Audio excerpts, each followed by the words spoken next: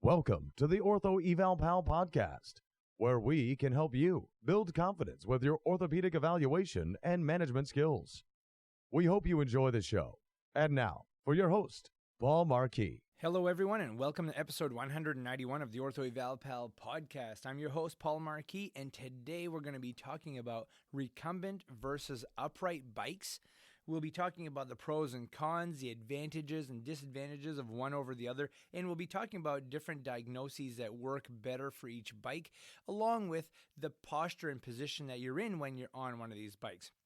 But before we get started, I'd like to just take a moment to hear a word from our new sponsors. At MedCore Professionals, we offer mobility aids, bracing and supports, compression garments, post-mastectomy care, and much more. Your health and well-being are important to us. Your recovery is our priority. Our certified team will guide you to the right products based on your medical needs, recent procedures, or mobility restrictions. Visit us on Route 1 in Scarborough or at medcorepro.com. We are Mark and Kelly Hassett, owners of MedCore. And we keep you moving forward. Welcome back, everyone. So first of all, I need to say that I continue to be so excited and happy about podcasting, and I really enjoy what podcasting has done for me, for you, and for all of the people and patients that we take care of. And with that being said, I just want to welcome on our new Ortho Eval Pal podcast sponsors, MedCore Professionals from Scarborough, Maine. Now, without sponsorships, it makes it difficult to purchase equipment and services that are required to podcast, and it also takes a considerable amount of time. And so having a podcast sponsor is super exciting for me, and it's very, very helpful in order for us to continue to do what we do. Excuse me. So I know the folks from MedCore pretty well. They do an awesome job getting the right medical supplies to the right people in the right amount of time. It's a very mom and pop type of company, and they understand the importance of offering high quality customer service. So be sure to check out what they have to offer. I have a link in the show notes to their website and contact information in the show notes. So feel free to give them, a ring. And if there's any questions you might have regarding medical supplies, anything from compression socks to walkers, you name it, they've got it. And bracing, give them a call, and I'm sure they'd be more than happy to help you out.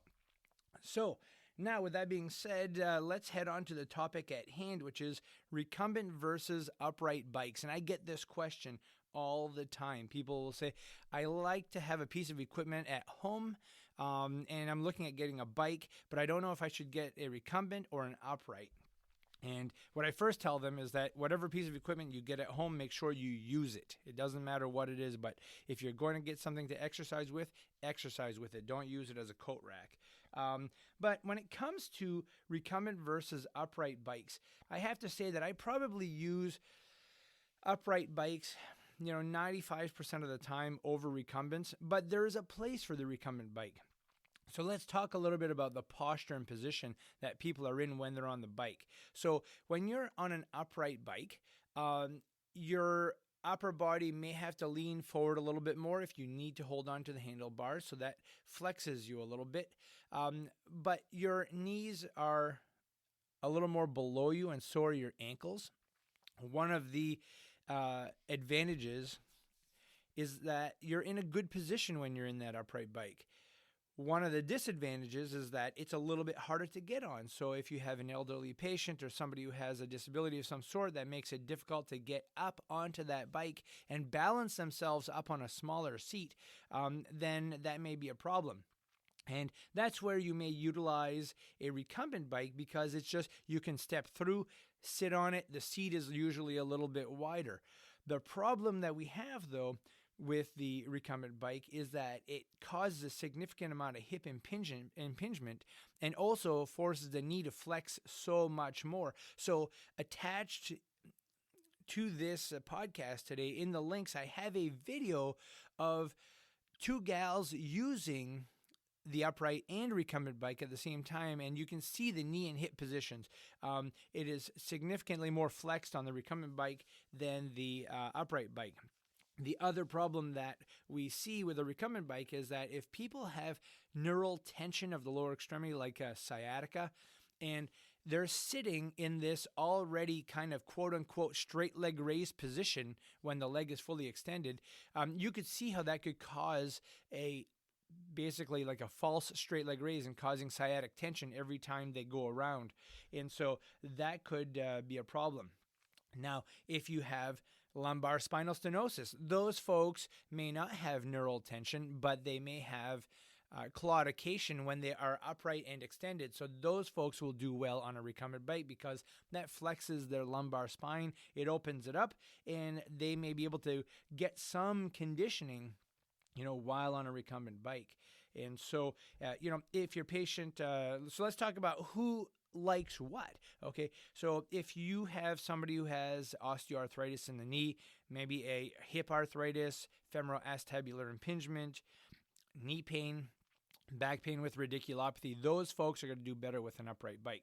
But if you have somebody who has balance issues, maybe they can't tolerate a small seat, and they have lumbar spinal stenosis or even a spinal listhesis, then they may do better on a recumbent bike. But it's important that, if somebody asks you that question, I may take them into the clinic sometimes and I'll say, here, you try both of them and tell me which one you like the best.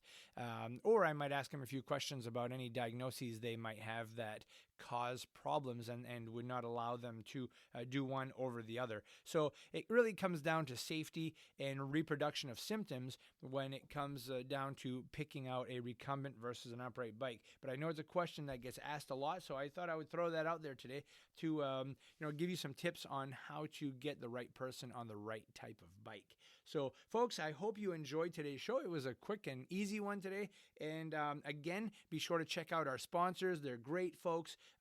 Love what they do and how they do it. And, be sure to check out our YouTube channel because we have a video that complements today's podcast. And we have a lot of new videos coming out there. So, again, thank you so much for listening. Have a great day. We hope you've enjoyed the show. For some more awesome content, go to orthoevalpal.com. Can't wait to see you there.